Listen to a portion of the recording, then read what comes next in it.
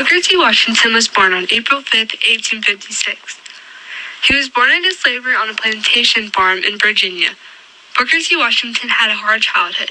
His mother Jane and stepdad Washington raised Booker and his two siblings in a one-room wooden shack.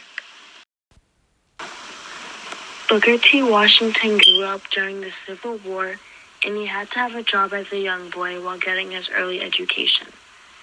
By the time he was 9, the Emancipation Proclamation was passed by Abraham Lincoln, but his life has not made the change he and the other African Americans were wanting, and he still had to work hard to prove himself equal. Booker T. Washington made a big difference for many African Americans and paved the way for many other civil rights leaders such as Martin Luther King Jr.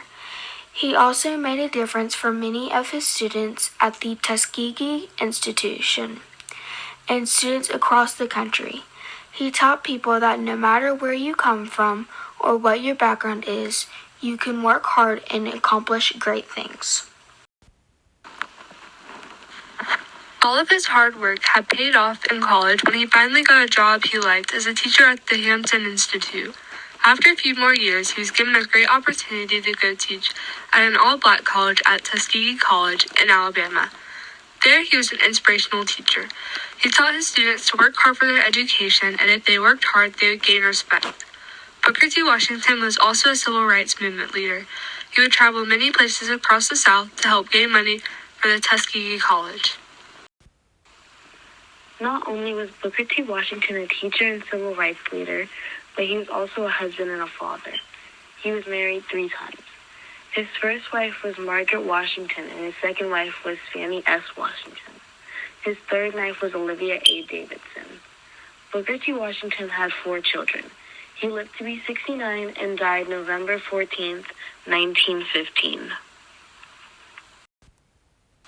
When Booker T. Washington was around the age of 16, he wanted to leave home and continue his education. This would not be an easy task because he was poor and an African American in a segregated country. He had to walk 500 miles to go to the Hampton Institute. He got many jobs along the way to help pay for his journey and college.